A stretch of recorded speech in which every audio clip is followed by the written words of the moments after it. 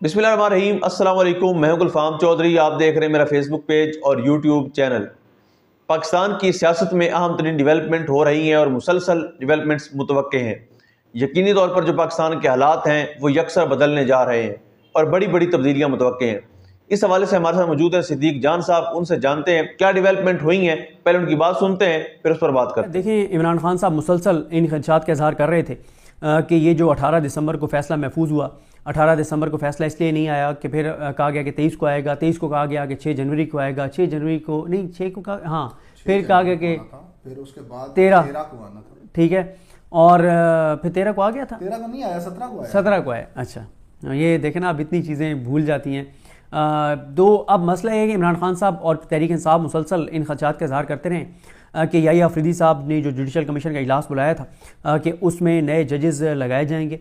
और क्योंकि अब तो ज़ाहिर है, देखें एहतशाम भाई, मसला ये है कि मैं खैर अपनी भी इस पे मैंने व्लॉग में बात किया बड़ी तफसील के साथ। आज जो आपके तवज्जुह से हमने तकरीब अलबरदारी जो अटेंड की है, देखें इनाम क्या नाम है पूरा नाम?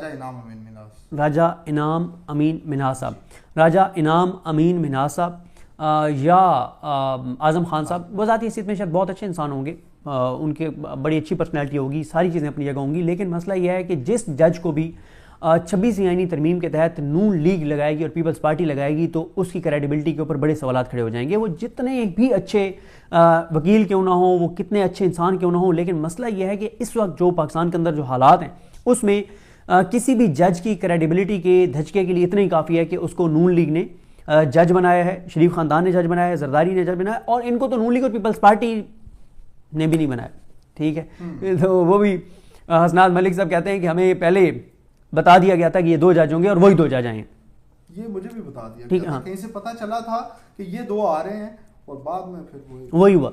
तो अब आप देखें ना कि फिर कैसे चीज़ें चलेंगी जब पहले ही पता हो कि ये 2 आएंगे और फिर नून लीग और पीपल्स पार्टी वाले शिकवा करते हुए भी नजर आए आपको कि यार ये देखें ना क्यानी साहब हमारे साथ कितनी ज्यादती है यार, मतलब एक मतलब 2 हुए, 3 और सीटें थी यार, एक एक हमारा लगा लेते यार, मतलब उनका ये शिकवा नून लीग का और पीपल्स पार्टी का। फिर इसमें आप ये देखें कि अब जब इनको ये आए और आते ही आमिर फारूक साहब ने पहले दिन ही जो डिवीजन बेंच बनाया, जो डीबी बनाई, अपने साथ बिठा दिया।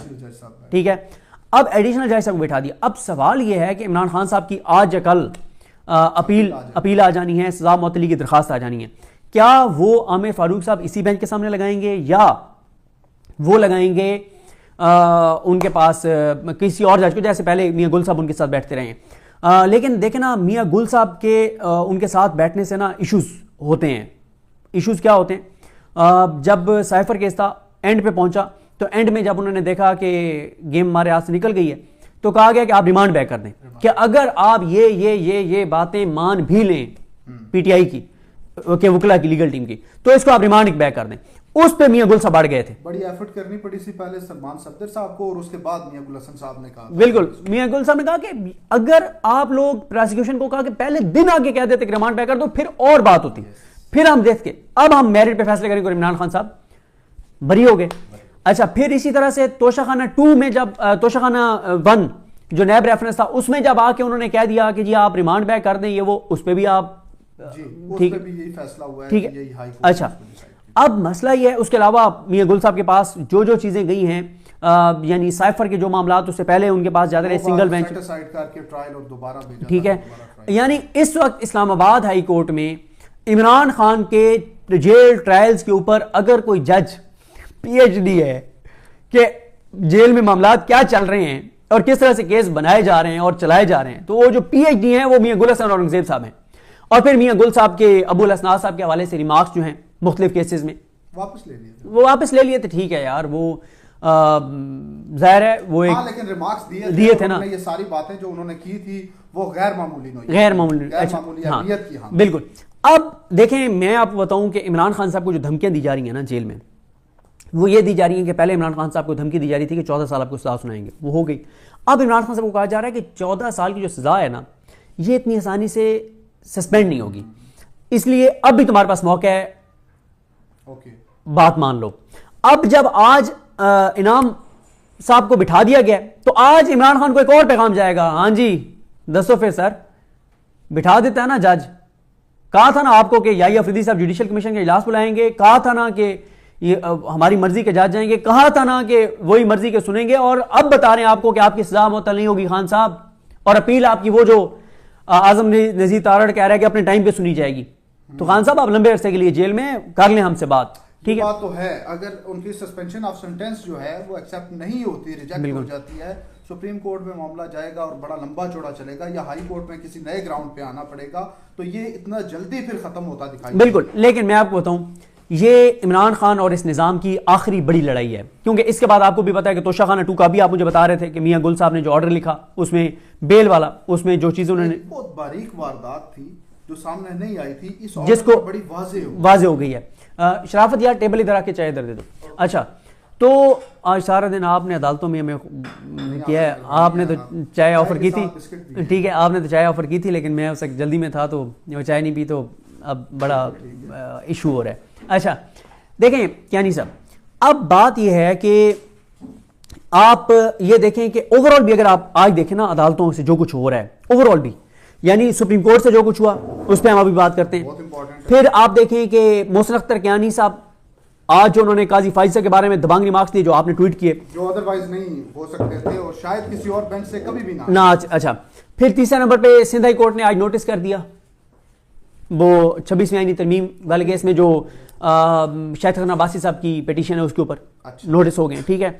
फिर ये वाली डेवलपमेंट हो गई, खान की अब अपील आनी है, चीजें ना अदालती महाज पे बड़ी गर्म हो रही हैं, ठीक है। अदालतों की तरफ से जो कुछ आ रहा था उसे एक ब्रेक लगाने के लिए 26वीं आईनी तरमीम आई थी, और उसने जजेस को भी बड़ा, जजेस में एक डिसअपॉइंटमेंट उसके बाद नजर आई, वो नजर आई, बड़ी वाज़ेह नजर आई, बिल्कुल। लेकिन अब थोड़े से वो रिवाइव हो रहे हैं। मुझे सर जी मेरा ये ख्याल है कि देखें बात यह है कि बहुत से लोग बैठ के बात करते हैं, गो कि मैं उनसे यानी मुकम्मल तौर पे इत्तफाक नहीं करता। बहुत से लोग ये बात करते हैं कि यार ये जो है ना क्या कर रहे हैं मोहसिन अख्तर कियानी, क्या कर रहे हैं सरदार एजाज इसा खान, क्या कर रहे हैं बाबर सत्तार साहब, ये अरबाब मोहम्मद ताहिर साहब क्या कर रहे हैं, तारिक महमूद जहांगीर साहब क्या कर रहे हैं, बाबर सत्तार साहब क्या कर रहे हैं, समन रिफत इम्तियाज साहब क्या कर रही हैं, क्या कर रहे हैं ये जज, मंसूर अली शाह साहब क्या कर रहे हैं, अतर मिनल्लाह साहब क्या कर रहे हैं। देखें बात ये है कि मुनीब अख्तर साहब क्या कर रहे हैं, आयशा मलिक साहब क्या कर रही हैं, अकील अब्बासी क्या कर रहे हैं, मलिक शहजाद अहमद खान क्या कर रहे हैं, शाहिद वहीद साहब क्या कर रहे हैं, हसन अजहर रिजवी साहब क्या कर रहे हैं। ये सवाल हो रहे हैं लोगों के अंदर ना। अब लाहौर हाई कोर्ट के शाहिद करीम साहब हैं, सिंध हाई कोर्ट के ज़ाहिर है वो हम क्योंकि कवर नहीं करते लाहौर हाई कोर्ट को और सिंध हाई कोर्ट को, और वहाँ के रिपोर्टरों से हमें शिकवा है कि जिस तरह से इस्लामाबाद हाई कोर्ट के रिपोर्टरों ने हमें ये जजों के नाम यूं फिंगर टिप्स के ऊपर याद करा दिए हैं, ठीक है। तो वहाँ के हमारे दोस्तों ने हमें, क्योंकि वो उस तरह से व्लॉग्स वहाँ से नहीं होते, यूट्यूब पे हमारे दोस्त उस तरह से रिपोर्ट नहीं करते, तो हमें उनके उधर इतने नाम याद नहीं है, ठीक है। देखें लेकिन ये जज क्या करें, ये जज वही कर सकते हैं जो इनके पास केस आएगा उसी का आइन और कानून के मुताबिक और अपने हलफ के मुताबिक फैसला कर सकते हैं। देखें सुप्रीम कोर्ट हो या इस्लामाबाद हाई कोर्ट हो, चीफ मैटर करता है, चीफ मैटर करता है, चीफ मैटर करता है। जी बिल्कुल, जिस तरह से आपने सिद्दीक जान साहब को सुना कि आइंदा आने वाला जो हफ्ता है, ये चंद दिन है, ये पाकिस्तान की सियासत में कितने अहम है, और इसमें जो पाकिस्तान की सियासत है उसमें कितनी बड़ी तब्दीलियां मुतवक्के हैं। अल्लाह पाक वतन अजीज़ का हामी और नासिर हो। पाकिस्तान जिंदाबाद।